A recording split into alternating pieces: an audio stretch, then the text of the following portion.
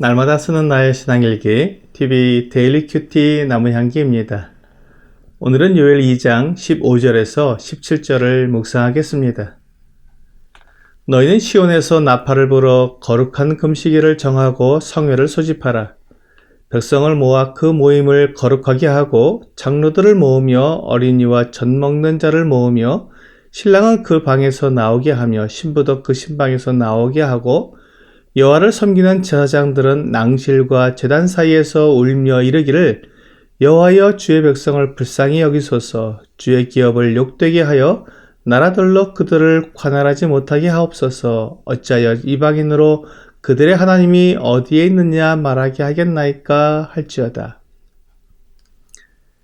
요엘 선지자는 예루살렘 백성들에게 다시 한번 금식일을 정하여 모이라고 말하고 있습니다. 금식은 내 안에 있는 회개의 마음을 가장 잘 드러내는 행동입니다. 금식은 영혼을 괴롭게 하는 것이라는 뜻을 가지고 있습니다. 슬픔과 회개를 표현하는 것으로 사람들이 스스로 자기를 낮출 수 있는 방법이었습니다. 그래서 요엘은 지금 끔찍한 하나님의 심판이 예정되어 있는 때에 그들의 마음에 있는 슬픔과 회개를 나타내라는 것입니다. 요엘 선지자는 지금 그들에게 닥친 위험이 너무나 심각했기 때문에 장로들 뿐만 아니라 어린이와 심지어 젖먹이 아이들까지도 모으라고 말하고 있습니다. 그리고 이제 신혼을 누리고 있는 신랑도 나오고 신부도 그 방에서 나와서 함께 금식하라고 말하고 있습니다. 막 결혼한 신랑은 전쟁에 소집되지도 않고 부역에 면제되는 특권이 있었습니다. 그러나 지금 그들 앞에 닥친 하나님의 심판과 재앙은 신랑과 신부까지도 하나님 앞에서 금식해야 할 정도로 무서운 일이라는 것을 요엘은 말하고 있는 것입니다. 그리고 성전에서 하나님을 섬기는 제사장들은 제단과 낭실 사이에서 울며 기도하라고 말하고 있습니다. 하나님께 주의 백성들을 불쌍히 여겨달라고 기도하라는 것입니다. 하나님은 사람이 잘못을 할 수 있고 죄를 지을 수 있다는 것을 누구보다도 더 잘 알고 계십니다. 그렇기 때문에 우리가 잘못을 하고 죄를 지었을 때 그에 대한 하나님의 심판을 두려워해야 합니다. 하나님은 죄의 싹은 사망이라고 분명히 말씀하고 있기 때문입니다. 내가 지은 죄 때문에 죽음에 이르게 생겼으니 그것을 깨닫고 내가 처한 그 멸망의 운명을 깨닫고 그에 대해 하나님 앞에 불쌍히 여겨달라고 간절히 기도해야 합니다. 그런데 문제는 내가 죄인이라는 것을 알지 못하고 내가 지은 죄 때문에 내가 멸망하게 된 것을 깨닫지 못하고 나에게 임할 그 멸망이 얼마나 두려운 일인지 생각하지 못하기 때문에 하나님 앞에 엎드려 기도하지 않습니다.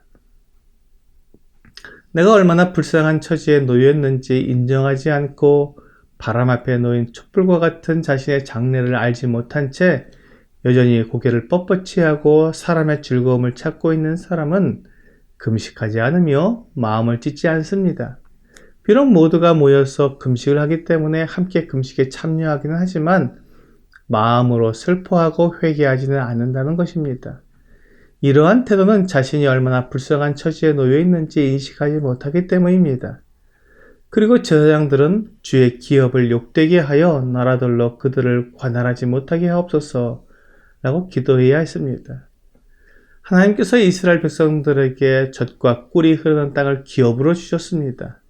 대대로 물려받는 상속 재산으로 주신 것입니다.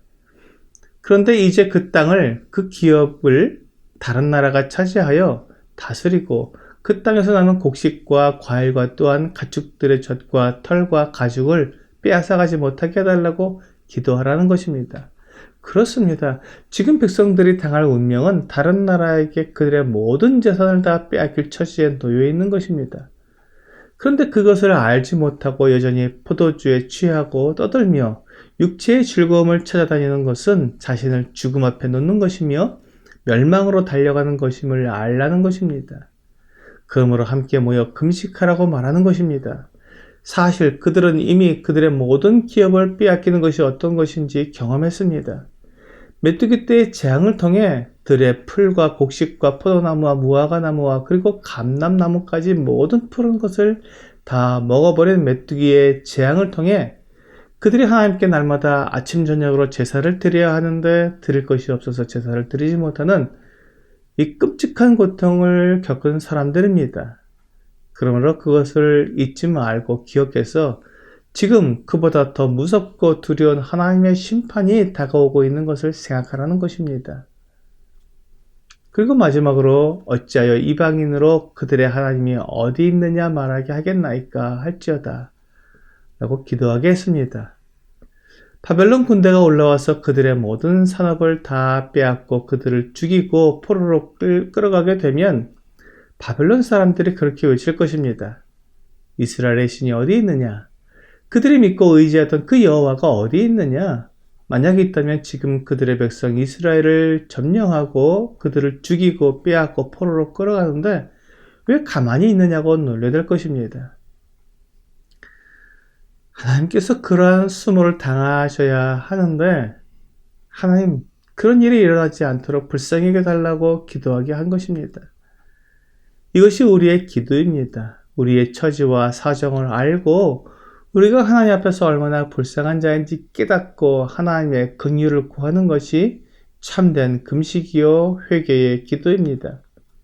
요엘 선지자는 예루살렘 백성들에게 이러한 금식 기도에 동참하라고 불러낸 것입니다.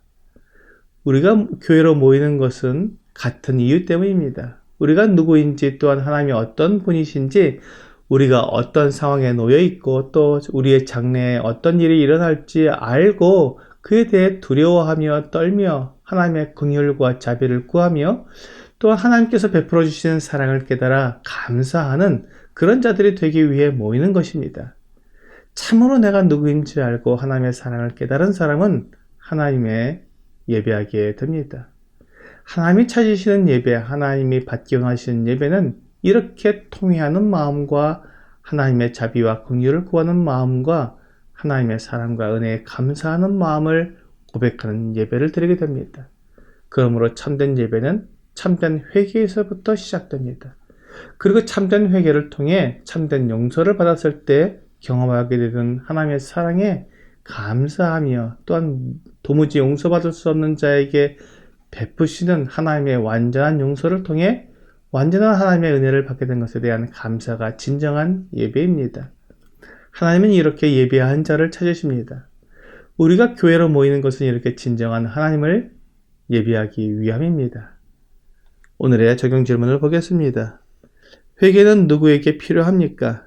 회개가 필요하지 않은 사람이 있을까요? 하나님을 만난 사람은 누구나 회개하지 않을 수 없습니다.